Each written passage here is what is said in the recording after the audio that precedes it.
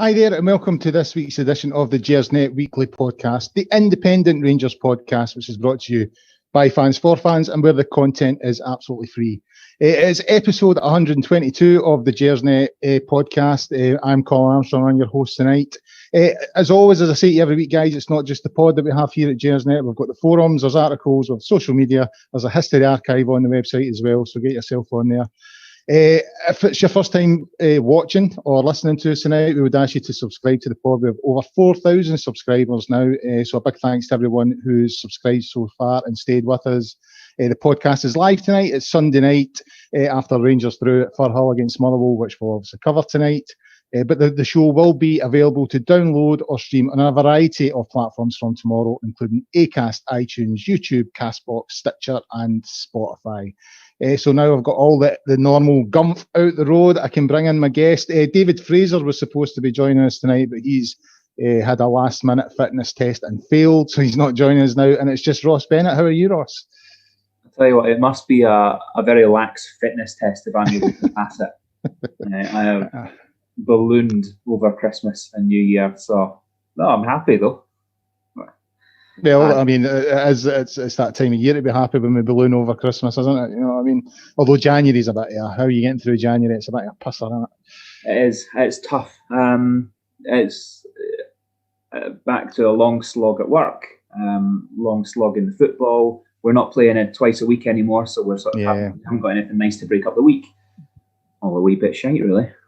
Yeah, January is, and I think it's Blue Monday tomorrow. I think it's like the official day where everyone feels at their worst tomorrow. So we'll try and lift everyone's spirits, even although Rangers didn't win the day. A quick sort of reflection on that before we get into it more detailed. Obviously we both watched the game today. Seen a lot of stuff online that, that it's a bit of a disaster and all the rest of it. I found it just more a frustrating result rather than a disappointing one. Yeah, I was very unhappy at final whistle. But again, on reflection, I'm more disappointed in the performance than I am in the result. I think there were some individual performances that we'll come on to that were really, really frustrating. But you try and put a pragmatic hat on and you say we haven't lost any ground, we haven't changed the points surplus. So it's not a bad thing that we haven't let Celtic close that gap at all. But it was a frustrating day. It really was a frustrating day. It's a feeling that we're not really used to. I think obviously it's only 6 points dropped all season, so I can't complain. And it was never 15 wins in a row that we had.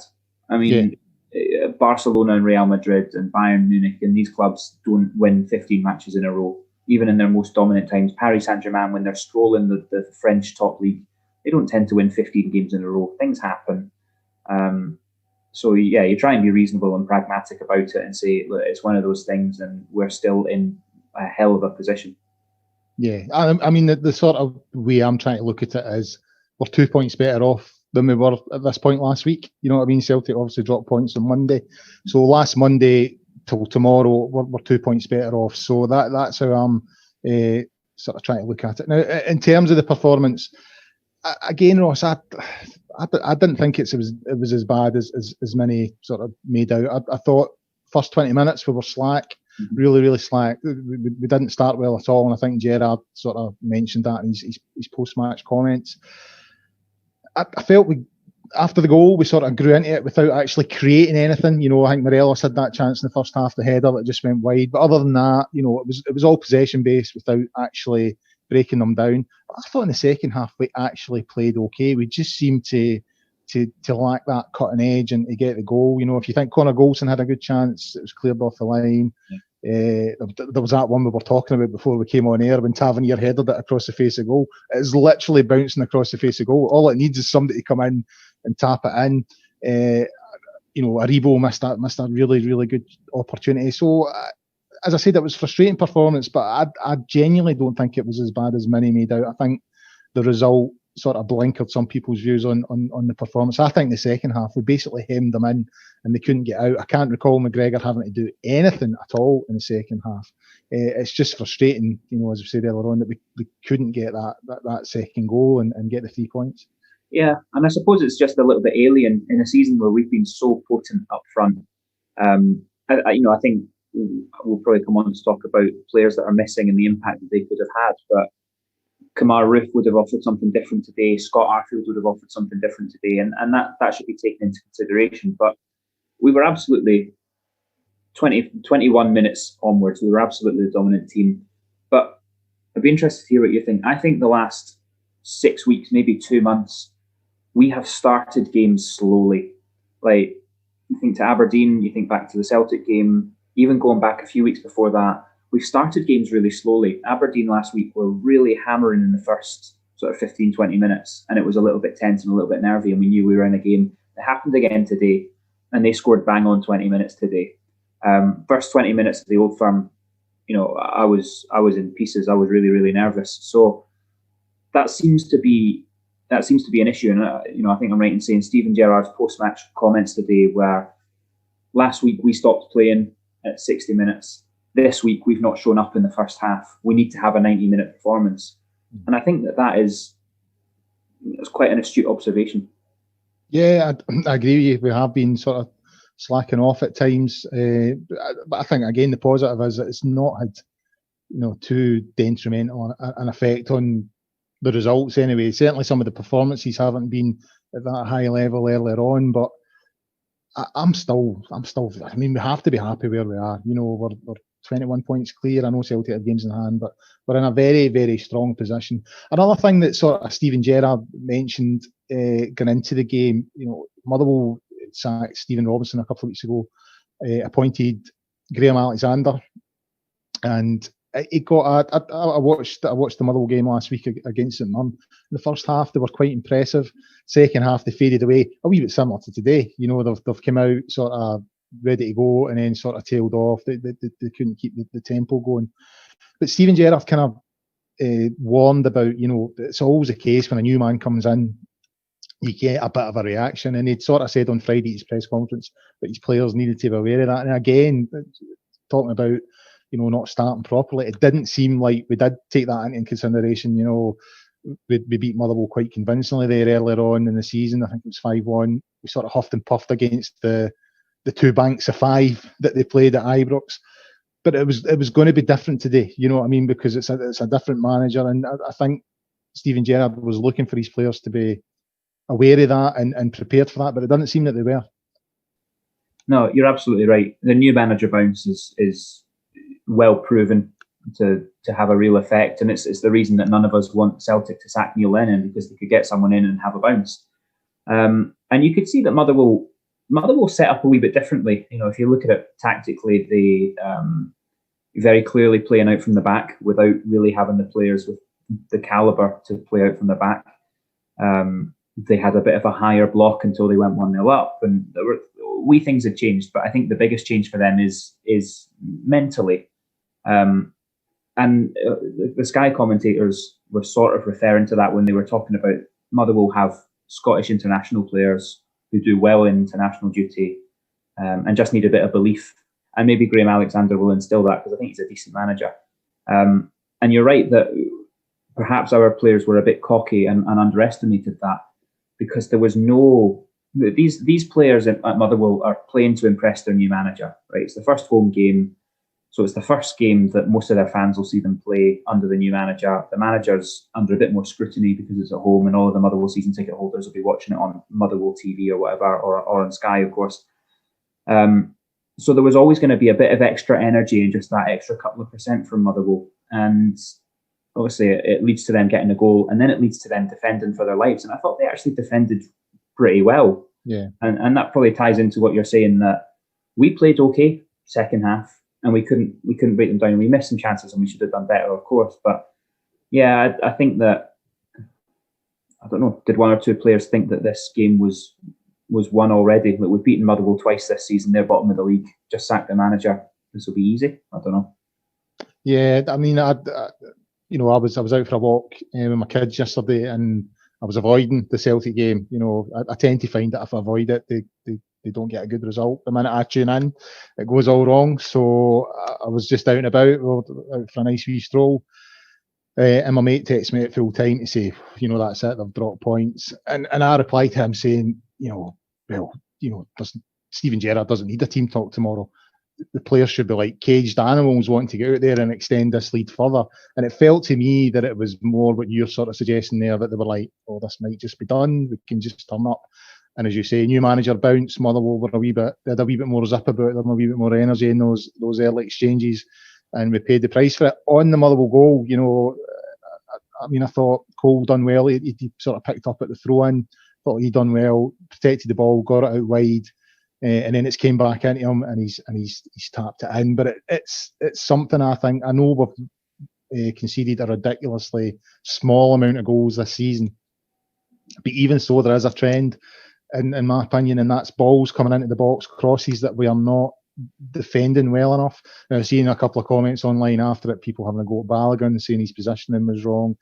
I actually think Kamara has got a lot to do with this, because he turns his back to Tony Watt and doesn't track the run, and that allows Watt to pick out the cross. So although Motherwell had started well and they played well from a defensive point of view, and from a Rangers point of view, a really, really poor goal to concede. Yeah, and it's in a way similar to the goal that they scored against us at Ibrox, where it's that, like you say, ball across the face, someone at the back post tapping it in first time. So it's difficult that we never learned a lesson from that. Disappointing.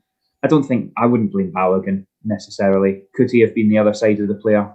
Potentially. But I don't know, maybe he's gambling on which player he's trying to track, because was it Alan Campbell was coming in behind him and he's got to make a decision.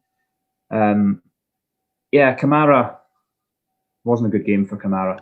It wasn't a good game for Glenn Kamara today, and that was kind of, you're right. I didn't notice that the first time I seen it, that Kamara lost Tony Watt, and Tony Watt was playing out of his skin today because he hates us and he wants to do well against us. He scored against Barcelona, by the way. Do you know that? No, never heard. I didn't know that. It's really, really disappointing. It's really frustrating. It also now suggests a weakness.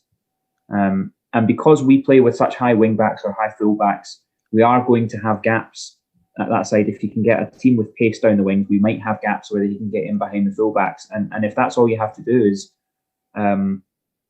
whip the ball across the face. Is it the corridor of confusion they call it? Corridor of uncertainty. Corridor of confusion sounds better. Okay.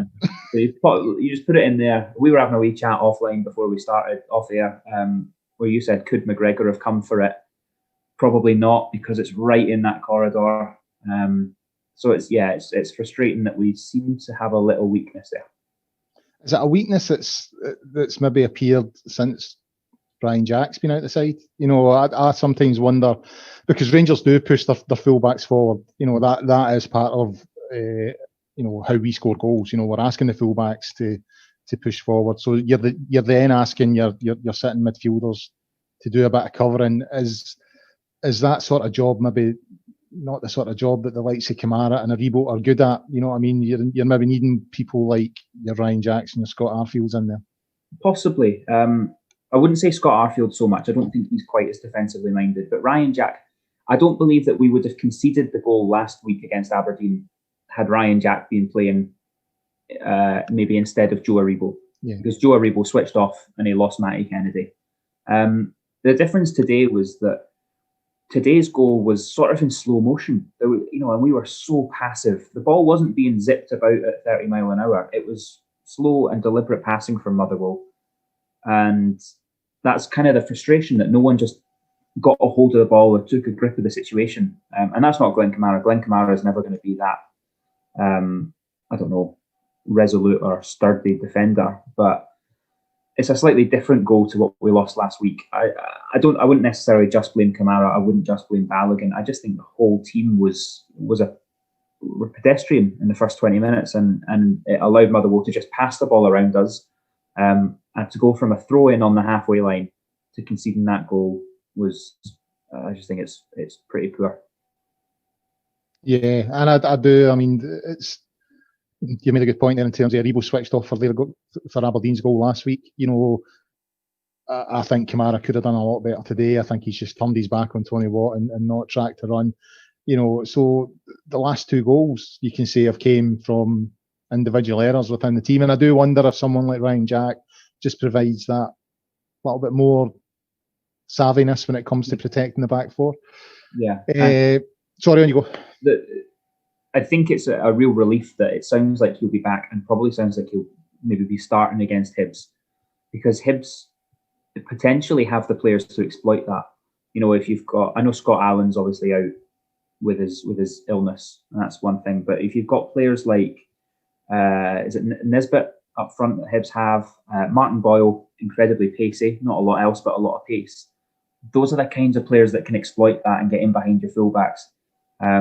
So hopefully Ryan Jack is back next week and can kind of add that extra layer of cover. The question is, who do you drop? Because if you drop Joe Aribo and you've got Ryan Jack, Steve Davis, Glenn Kamara, where's your creative midfielder? Yeah.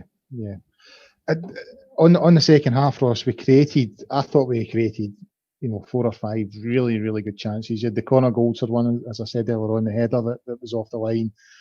Motherwell can't clear that, it comes back in, and the Joe Aribo one that came from that, it seemed like it was easier to score, in my opinion. When the ball sat on his left foot and he's blazed it over the bar. There was a one we talked about when Tavernier just headed it across the face of the goal, and no Rangers player has followed up in the play, and that's a tap in. And the one right at the end from Defoe. Now, it seems to me that he's done the hard thing in the way he brought it down. The way he brought it down was sublime. A lovely touch to bring it down, turn and set himself up. And he hit it at the one place where the goalkeeper was standing. If he'd hit it anywhere else, it was in. Just, is it a bit of a concern that we've created those chances and we couldn't get the 3 points? Possibly. I mean, like I said earlier, we've been very potent in attack over the season, and we are missing a couple of players who are likely to score goals. Kamara Roof has been in excellent goal scoring form, and you look at the 2 goals that he scored against Motherwell 6 weeks, 2 months ago. It was that kind of, the ball's bouncing around the box. It's a wee bit scrappy. It's not beautiful football. So he can score those kind of goals and get himself in the right place. Scott Arfield as well kind of has a knack of doing that. The ball will break to him in the box. I think to a degree, Motherwell should be commended on their defending. I think they rode their luck a wee bit as well. So possibly just one of those days where it wasn't happening for us, and that's okay. That happens. You have an off day.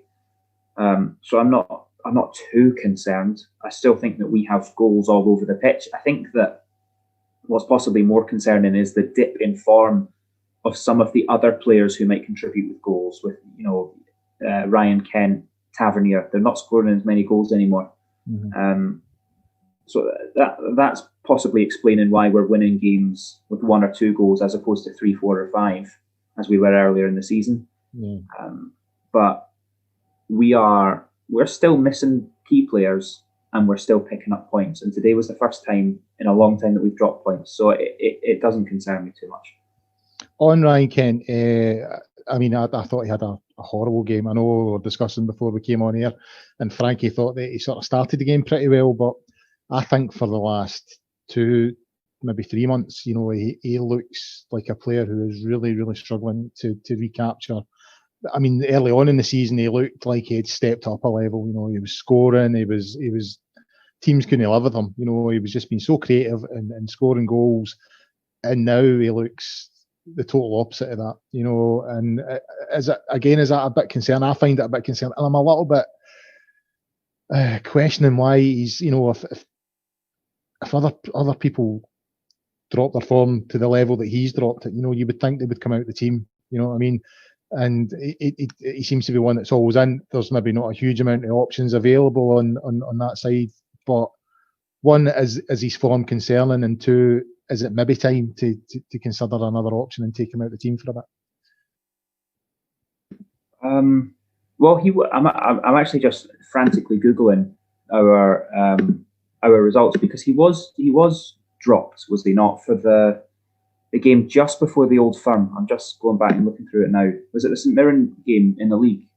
I'm sure he was dropped out of that. He was out of that team. Team, sorry, yeah. He came back in for the Old Firm because he has a habit of doing well in Old Firms. and I thought he was okay in this Old Firm. Played well last week, though. He had a really good game last week, I thought, and would have been harsh to drop him today. But yes, there are.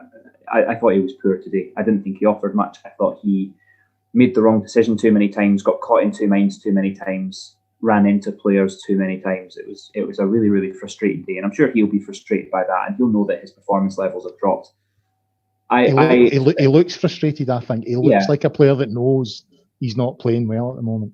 Yeah, but, Ryan Kent would like to be playing beautiful football in the San Siro or on Wembley or at Anfield or somewhere glamorous with a lovely turf, not Fir Park.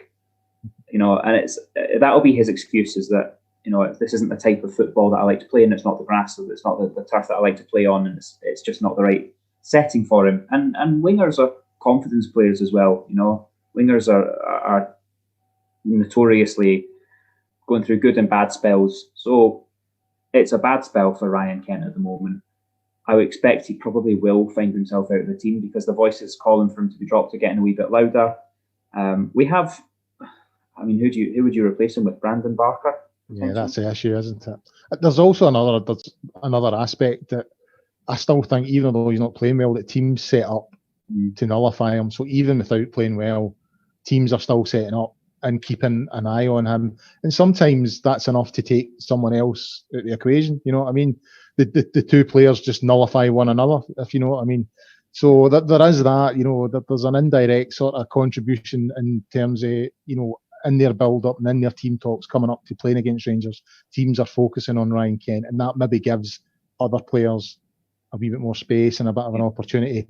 But to the naked eye, you're looking at the boy thinking he's not playing well. He probably should come out the team. Yeah, it's difficult because he does attract players. He attracts players to come and nullify the threat that he poses, and he wins a lot of fouls, of course, doing what he does. Maybe more of the problem, I'm not trying to find excuses for him because I do think he's been poor, but maybe more of the problem is that players like Kamara, maybe even Steve Davis or Joe Aribo aren't making those runs ahead. I always find Kamara can be quite a restrained and quite a negative player. Negative's a harsh word, but a very tidy and a very sort of conservative player. So maybe he's just not getting players, or not seeing his teammates with the same kind of vision to make the runs, so that whilst Kent has drawn two defenders towards him, someone else has the space to nip him behind. So maybe things just aren't quite clicking in that way. But I think you're right that just having that name on the team sheet, the other teams know what he can do. Yeah. And that's why we're so frustrated, is that we know what he can do, because we saw how electric he was the first 5 games of the season. So it's a dip in form. I have no doubt that it'll remedy. On to the goal, Big said the Ted came on after like 55 minutes, I think it was. So he's a player I like, Ross. I like him. He's obviously not the fully formed player yet, but I think he holds up the play well. I think he leads the line well. I think he does all the good things like, winning fouls and all that kind of a thing. Still a wee bit raw, but he likes a goal against Motherwell, and he wasn't offside. I have to say that. I know there was a bit of a sort of hoo-ha about him being offside. Wasn't offside, and he took it well. A great header for the boy. Yeah, he did really well. Obviously, the defending, I think, was shocking from them peeling away from him, but he took it really well. I love him. I think he's great. I think he does absolutely everything you want him to do. And with him, Roof and Morelos, you've got 3 strikers with 3 different styles or 3 different sort of game plans. And I think he could feel maybe a little bit hard done by that he's not getting more opportunities to start, potentially. I would not be surprised to see him start next week. I think he's possibly earned that, because every time he's come on, even when he's not scored, he's definitely brought something. So I'm a huge fan of his. I'm really impressed. When it comes to the goal, what a ball by Barisic. Yeah. I mean, it's inch perfect. And again, this is what I mean when I say that, we're frustrated with Ryan Kent because we know what he can do. I thought Barisic's delivery all day was really, really poor. And then he does that. It was such a good ball. It was so perfectly weighted, perfectly placed. So why were the previous 10 hitting the first man or being overhit? So, it was all in all, it was really well worked. It was really satisfying to see Big Sedi score. You get the sense that his attitude spectacular. I really, really think that there's a real player there. You know what I really loved about it was his reaction when he scored. He looked absolutely over the moon. You know, but like a wee boy, you know, scoring. You know, and I love to see that in players. I love to see players enjoying it. And I was chuffed for him. Every time he comes on, I want the boy to do well. And very, very chuffed for him. Can't sort of wrap up today's events without a wee mention for Stephen Davis. His 300th game, you know, some achievement and a great servant to the club. I mean, Frankie was saying off air that he thought he was our best player. I'm starting to feel that he's been targeted now, that clubs know, that teams know that it starts for him. So, you know, they're trying to shut him down. And he's not as quick as he used to be. So I do every now and again see him just getting caught out a wee bit, but he's still, you know, he's still a phenomenal player and a great servant to the club. He's smart, isn't he? He's an intelligent player. And I think you can see that intelligence in the way that he's changed his game. You know, because he's not the same. Was it 2008, 2009 we first brought him in? Yeah. He doesn't play the same role, clearly, and that's because of maybe physical limitations now. But he's been smart and he's changed his game, and he brings something that I don't think anyone else does.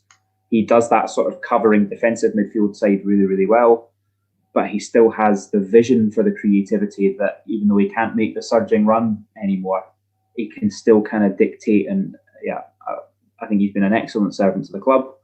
I don't know what, you know, if you were Douglas Park, what would you do? Because he's contract up at the end of the season, isn't he? So do you put another contract on the table? Do you have faith that you can get through what is from today another sort of 16, 17 months of football? What would you do? I think he's worth another year at least. Yeah, he's not just a class operator on the park. He's a class operator off it. You know what I mean? And I can think of another aging midfielder who plays his football in Glasgow, who could do well to look at how Davis conducts himself. You know what I mean? I'm thinking of someone who, you know, in his goal celebration against a championship side in the Scottish Cup final, felt that it was suitable in his celebration to go and rub it up one of the opposition and all that kind of thing. You don't get that type of stuff from Davis. You know what I mean? He's just on and off the park. He's just a class operator, and he just deals with things in such a way that on the park, I think he's still got enough in him. I mean, I think you would need to have. I think if all was going well this season, Stephen Davis wouldn't have played the amount of games that he has. I think that obviously the injury situation to Ryan Kent and Scott Arfield has enforced him to play pretty much every week at the moment. All things being well, I don't think that would have been happening. I think he would have been managed differently, and that's something you can do next year. You know, if he gets another year. But I think in terms of what he does on the park, I certainly think he's worth another year. Yeah. Well, it seems to me that they brought in Zungu to maybe try and be that replacement for Davis, and Davis hasn't given him a chance to get a sniff. Yeah. He's still very interesting. I'd love to see him score a couple more goals. He scored against, was it Benfica that he scored against, or was it Porto last year? But whoever it was. He scored against St Mirren in the last minute. They scored against St Mirren in that game when we went out. We thought we'd got out it, you know, a couple of minutes ago. He equalised and then we shot ourselves in the foot. So I think the lack of goals now comes from the fact that he can't get up and down the park the way he used to. You know what I mean? So I think he's got his area where they can dictate the play and the tempo, and that's it. And he'll maybe get the odd one here or there. So yeah, he's not going to score the same amount of goals, but do I think he's worth another year at least? I would certainly say so. Yeah.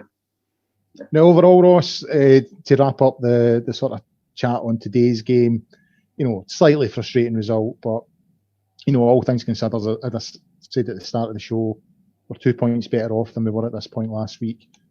You know, I think it's something like 10 wins now that we need to secure the title. If Celtic continue the form that they're showing at the moment, you know, I think they've won 6 games in 19. If they continue that form, then the amount of games that we need to win the title comes down. You know, slightly disappointing today, but we just need to stay focused and stay positive. Yeah. It's hard because I don't know.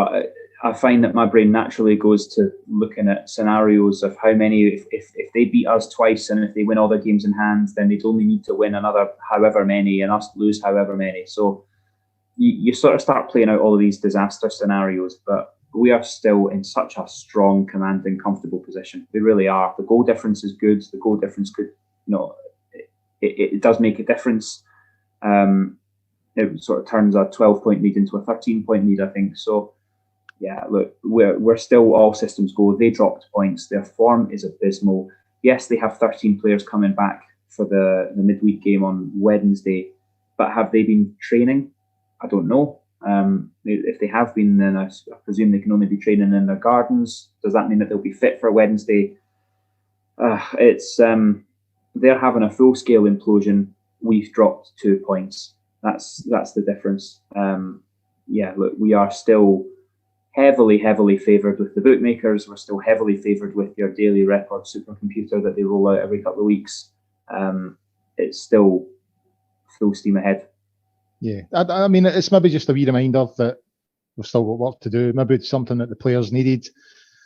And maybe a wee reminder for some supporters as well, because I saw a lot of, celebrations through the week there.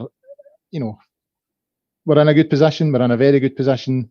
We still need to keep minds focused, and there's still a bit of football to be played. But if you'd asked for this at the start of the season, you would have totally accepted it. Just before we move on, Ross County next Saturday. They got a really good result yesterday against Aberdeen, 4-1. New manager bounce, and they did cause us a few problems, not so much up the road in Dingwall, but they caused us a few problems at Ibrox. Yeah. So an opportunity to get 3 points on the board, but we'll need to be at it again. Yeah, I always think John Hughes has a bit of a smarmy face, so I won't be sad if we take a few goals off them. I think we need a bit of confidence back. I really do. I think that we've got some good results over the last month, undoubtedly. Old Firm victory, beating Aberdeen away, some really, really good results. But I feel like some fluidity, some fluency in the game has gone. And I think that a bit of confidence would do wonders. I always think that momentum is absolutely massive in football. And it feels like we are at a point where we could start to stutter a wee bit. And even if we do stutter, we've got such a big buffer that it shouldn't make a difference. And thankfully, Celtic are so poor that it shouldn't make a difference. But momentum's massive in football. And coming off a difficult result like today, where egos will have taken a bit of a knock, where I think it's clear that Gerrard has put a rocket up the players after that game today. Hopefully, they'll sort of be out with a point to prove. And you couldn't really ask for a much better game than Ross County at home. Okay, fine, new manager bounce, but it's Ross County at home. There's no excuse. Yeah. It's January, as we discussed earlier on. Blue Monday tomorrow. We're all feeling a bit sad and a bit miserable, more so because it's lockdown and we can't go anywhere or do anything. But it also means, the January transfer window, comings and goings. Now, I spoke to David Wren about this on the preview show on Friday. The talk around what's his name, Scott Wright from Aberdeen. Sorry, I'm looking at my agenda here and I'm all over the shop. Now, looking at it on Friday, apparently there was some talk about him signing a pre-contract, but it looks like the two clubs are actually looking to do business a bit quicker and get it tied up in January, with either someone from Rangers going in another direction or some tweaking in the Ross McCrory deal. Is he a player that you know a great deal about, Ross? Do you rate him or? Yeah, I think he did. I didn't know a great deal about him, honestly. I'd love to say yes. I've been watching his career for years, but no, I didn't know a great deal about him. But I didn't know a great deal about Glenn Kamara until we signed him, honestly. I only knew about Brandon Barker because I remember him playing against us for Hibs and he caused us a wee bit of trouble, but other than that. Jordan Jones, again, similar. Don't really remember much to do with him, maybe a couple more mentions, but no, it did come slightly out of the blue that this was going on. But I can imagine that there's not much of a place for Jordan Jones in our squad. There's probably not much of a place for Greg Stewart anymore. These players are probably finding their way closer and closer to the exit door every day. So I don't expect that Scott Wright would come in and take a starting spot off Ryan Kent or Yanis Hadji or Joe Aribo. But if he's coming in to provide the cover, we haven't been able to rely on Jordan Jones or Greg Stewart for cover. Brandon Barker, I think, has actually done okay this season when he's been called upon and obviously scored against Ross County when we last played them at Ibrox. But he's kind of done what's been asked of him, Brandon Barker. But extra cover in that position is always a good thing. That being said, do we need to go out of our way to bring him in this window? I shouldn't have thought that we would need to. You know, I don't think we did that with Jordan Jones. We just said, no, we'll pick you up at the end of the season, and that's that. I certainly wouldn't be looking to modify terms on the Ross McCrory deal to our detriment just to get this guy in quicker, you know, 3 or 4 months quicker if he's just going to sit on the bench. Just wait till the contracts run down and pick him up in the summer. Any other comings and goings you think will be happening? I mean, I'm a wee bit surprised that we're bringing anyone in January. I must admit, I kind of got the feeling in the summer that Gerrard felt he had the players that he needed, that he had the squad. The only sort of movement I saw in January was sort of out the way. You would assume the sort of players that you've mentioned there, Jordan Jones, looks like his career at Ibrox is over. Edmondson as well. You know, their COVID folly would, you know, appear to have ended their careers at Ibrox. Also, Greg Stewart, you know, it looks like he just can't buy a game at the moment. You know, so is there any others that you think might be moving out in the next few weeks? Possibly Glenn Middleton as well. Another one that you sort of forget is still kicking about. Yeah. He's maybe got a couple of years on his side in terms of his age, but all those that you say there, I don't see much of a future for them at the club. Sadly, George Edmondson's maybe a wee bit of a shame because he's actually always done okay when he's been in. Yeah. But you've got Balogun, Helander, Goldson, Katic ahead of you, and you've been an idiot with COVID. So. Yeah. That's it. I'm afraid that's a shame for him, but that's what you get. I don't expect to see anything coming in at all. Honestly, I don't think we need to. I don't think we need to upset the balance of the squad. I think just keep ploughing on. Scott Wright, if there's a really, really good deal to be done with Scott Wright, where it's, you know, peanuts just to get him in, unsettles Aberdeen if nothing else. I would do that, but it's unsettled the fans on Twitter already. I can tell you that. Yeah, it's funny, isn't it? Because they are raging. Scott Wright is a Ryan Jack. He's not a Johnny Hayes. And we're sort of 4 years down the line of Ryan Jack leaving Aberdeen to come to Rangers and Johnny Hayes going to Celtic. And Ryan Jack's a villain, but Johnny Hayes goes with our best wishes. Yeah. Well, it's clear that Scott Wright is a Ryan Jack, not a Johnny Hayes. But in that sense, it's probably even funnier that we leave him at Aberdeen for 3 months. Just, you know, let him pick up more salary from them. You know, I'm sure it's only a few grand every week, but take that off Aberdeen, and then come and join us in the summer. I don't think we'll bring anyone in personally. Right, on to the sort of big topic at the moment, Ross. That, you know, that sort of dominated the headlines all week. You know, COVID, Celtic coming back from Dubai, and, you know, 13 players having to self-isolate, one, possibly more positive cases. And on the back of that, we've had, you know, the calls for the season to be suspended. You know, the football outside the Championship in this country has now stopped. It's on a sort of 3-week hiatus. The Scottish Cup at the moment is suspended.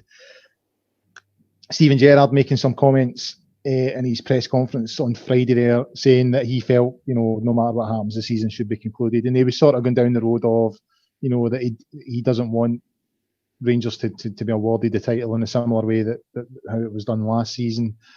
We've got Ian Maxwell issuing letters to Championship clubs asking them, do they want to shut down football, all that kind of thing. So it's a big thing at the moment. And there seems to be, I don't know if it's mischief making or a general sort of attempt to get the season closed down. So your thoughts on that would be interesting, because it's the big topic at the moment. Yeah. Well, I'm glad that David Fraser couldn't join us this evening, because I've got a lot to say. I mean, first things first. Are there any other major footballing nations that are trying to cancel their leagues at this time? Because everyone else seems to just be getting on with it. I can't think, you know, you look at France, Spain, Germany, Portugal, Holland, Italy, England. No one else is talking about cancelling their season or stopping their season early. You've got the vaccines. Right, as everyone knows, I'm down in London. I'm not sure about the speed of the vaccine rollouts in Scotland or in the West of Scotland Healthcare Authority or wherever. But down here, it's going pretty fast. People are getting vaccinated incredibly quickly. The actual infection rate seems to be coming down. The death rate's still going up, but that seems to lag behind the infection rate. So again, down here, I don't know if it's the same in Glasgow, but the infection rate's going down. So ever since COVID first burst onto the scene a year ago, we sort of knew that it would get really bad when it came to winter, because that's what these kind of viruses do. And it did. It got really, really bad over the Christmas period, which led to us all not seeing our families. And now it's getting a bit better again. So what's changed? What's changed from last year? Last year when there was no talk of null and void. Null and void couldn't possibly happen. What's changed? Because there's a runaway leader, there's a big points gap, and there's a significant, substantial number of games played. I don't get it. I do not get it. I don't know what basis they would have. And surely if you were Sky Sports, if the season was cancelled and it was null and void, you would be banging on the door of the SPFL at 9 o'clock Monday morning saying, money back now, because this is not how business works. I don't think that there's any need to do it. I don't think that there's any legal basis to null and void. And I think the repercussions of null and void would be scandalous. And I don't know how they would justify it, considering the actions that they took last year to curtail a season and hand over a trophy in a car park. I don't know how they would justify going null and void this time around. I mean, I think it's important that we have to remember that it is a public health issue, okay? And it is serious. Lots of people, I think it's over 80,000 people have died in the United Kingdom. So, I mean, my sort of view on it is, if it gets serious enough, and if there is evidence pointing to the fact that football is an issue, that's helping spread this virus, then we need to look at it. I mean, as you know, I sort of take an interest in Camelin Juniors, and they've been trying to get a Scottish Cup tie played for weeks. Their park was waterlogged, and then it was frozen, and Brora Rangers were travelling down from the Highlands every time. And I did think at that point, that's a bus full of folk, and they don't have the testing regime that the top flight has. So that's a bus full of folk who are untested, travelling down, back up, and then Brora Rangers, they eventually got the game played. They're through. Now they're going on to play Hearts, who are tested. Yeah. So you're then, it's almost like cross-contamination. You've got the potential to bring the virus into that bubble, and then that spreads through the championship and all that kind of thing. So I can't see, well, at the lower level of the game, why there are concerns. I mean, and I would maybe question the Scottish Cup being played this year, because you are bringing in, sort of junior clubs and lower league clubs who don't have testing facilities. However, the Championship and the Premiership, I think we're in a far better place now. And I think David Wren made this point on Friday, and I think he's right. We're in a far better place now to deal with it, because we have a testing regime. The players are getting tested 2-3 times a week. They're in their bubbles, unless, of course, they're flying off to Dubai and doing whatever they want with the pool, drinking pints, all the rest of it. But for the purposes of this conversation, you would say that they're all in their bubbles, they're all fairly safe, that the sport is doing everything it can to sort of nullify the spread of the virus through football. So if there's no evidence to suggest that that's not working, I mean, you're obviously going to get the odd case. We've had, obviously, Hollander went down with it, and you've had other clubs that players have been out for a short period. That's fine, that's fair enough. But it seems to me that the protocols have worked in stemming the flow of the spread of this virus. So I don't understand where this sort of, why Ian Maxwell's writing to Championship clubs saying, what do you want to do? Do you want to continue playing, or do you want to suspend playing? Some of the stuff that's come out of this meeting on Wednesday, Stennis Muir have made a statement, Patrick Thistle have made a statement, Falkirk as well, the cost that it's had to their clubs suspending football, and the fact that they feel that they don't have a voice in it. They're supposed to be a membership organisation. yet they were sitting at that meeting unable to speak. Apparently, it does make you wonder about what is actually going on in the background, and it makes you feel that Rangers don't have to play well on the park this year to make sure that they're in the best possible position to win this title. They have to play well off it and in the boardroom. Yeah, definitely. A lot of these questions, I think, were also questions that could have been asked around March and April, and when the whole fiasco with the SPFL occurred. If other clubs had, maybe listened to the concerns of Rangers, not about giving Celtic the title, but the legitimate concerns around the governance of Scottish football, maybe we'd be a little bit more equipped or a little bit better equipped to handle a situation like this. But that ship has sailed. Football, I actually, you're right. I didn't mean to underplay the effect of COVID or the impact of COVID, and it is an incredibly serious public health issue. Where I think pretty much we're now at the stage where everyone knows someone who has been badly affected by COVID. And a lot of our listeners will have been personally affected by COVID, and I don't mean to downplay the situation. But what football and elite sport across Europe has shown is that you can take mitigating steps. And that needs an incredibly thorough testing regime. It needs an incredibly thorough and sensible and pragmatic sort of set of procedures around day-to-day operations, around training and sterilisation of equipment and transport. It means that we should scrap things like international friendlies, because that had an impact on COVID rates across the footballing community. You should never allow your club to fly away for a training camp. I mean, it's staggering. You shouldn't be... You forgot the inverted commas. Sorry, yeah. Training camp. Training camp, or to use the manager's words, R&R. R&R, yeah. Yeah. That sort of thing, it's just a clear no. But there are things that you can do, and when you take those steps properly, you can show that you will be able to guard against this. And Kilmarnock and Kilmarnock and St Mirren, wasn't it, that were originally punished by the SPFL, the SFA, for breaching the guidelines. They've had to shape up and they've had to improve their procedures. You cannot legislate for the stupidity of individuals, and I think that the stupidity of footballers is probably greater than the stupidity of most individuals, as displayed by two of our own players who no longer have a future at the club. So you can't legislate for that, and people will be idiots, and COVID will find a way. But you take the steps necessary to protect against it, and you look across Europe at the successful leagues that are running at the moment, where no one else is talking about shutting down football. And you ask, why us? What's different about Scotland? Why do we have to close down football? And that's when you start questioning the motives.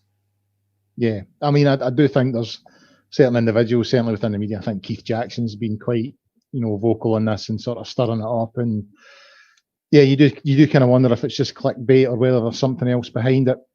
But I mean, the final point on this, Ross, that I mean, you sort of touched on it earlier on. The financial implications are just mind-boggling if you think about it. Now, I mean, Rangers have played 23 games.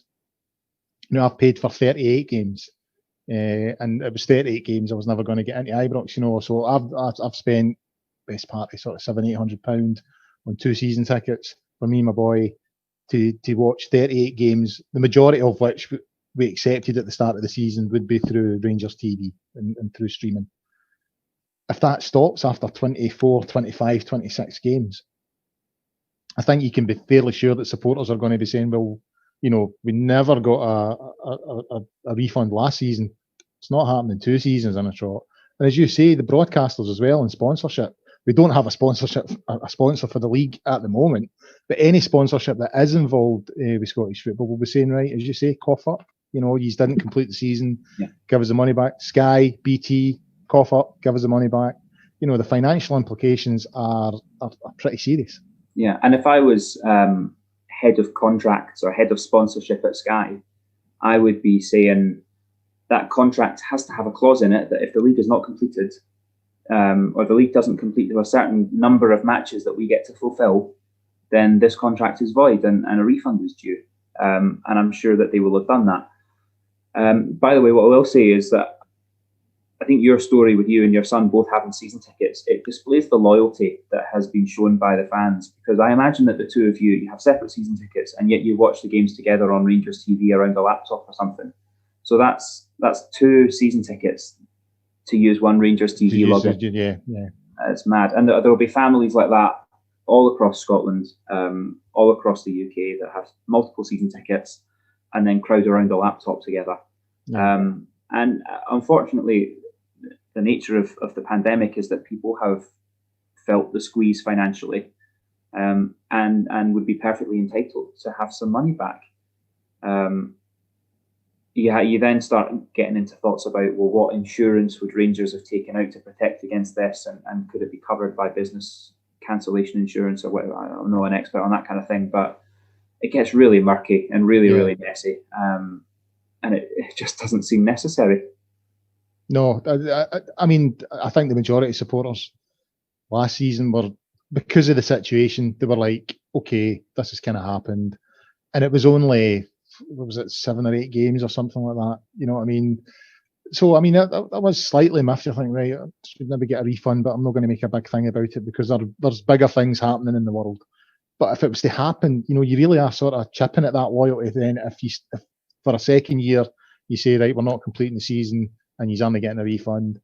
You know, I do think you're into dodgy territory there with supporters and I think broadcasters and sponsors as well. So, yeah, the financial implications, curtailing the season at this moment, I think would be bad. So, yeah, not very good. I need to. Speaking of contractual obligations, I forgot to do mine, Ross. I need to mention to everyone that's watching tonight about the football prizes competition that we have going here at Gersnet for a Barry Ferguson signed framed Rangers shirt, and it's got the inbuilt LED lighting. It's similar to the competition that we had before, guys. There's 99 tickets available at £5.95.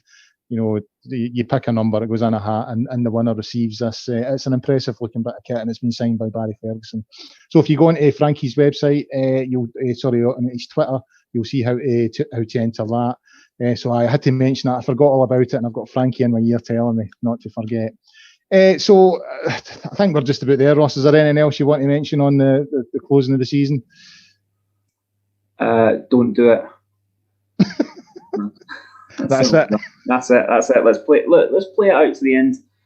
If things are that bad, then put a temporary pause on it and come back to the season at a later date. But there is no need to be entertaining the discussions of null and void that were not entertained 10 months ago. And I would second that wholeheartedly. So looking at the time, guys, we're doing quite well. So I think that's just about all for tonight's show. So a big thanks to Ross for his contribution there. Much appreciated and great stuff from him as always. We'll try anyway to get a Friday preview show out for the Ross County game next week at Ibrox. And maybe try and get something out for the Hibs game as well. We'll obviously have the flagship show next Sunday, looking at the game next Saturday. So look out for that. In the meantime, get yourself onto the Gersnet website and forums at www.gersnet.co.uk. There'll be information on there about the competition as well for the Barry Ferguson signed shirt. And until next time, guys, stay safe, look after yourselves, and until next time, bye for now.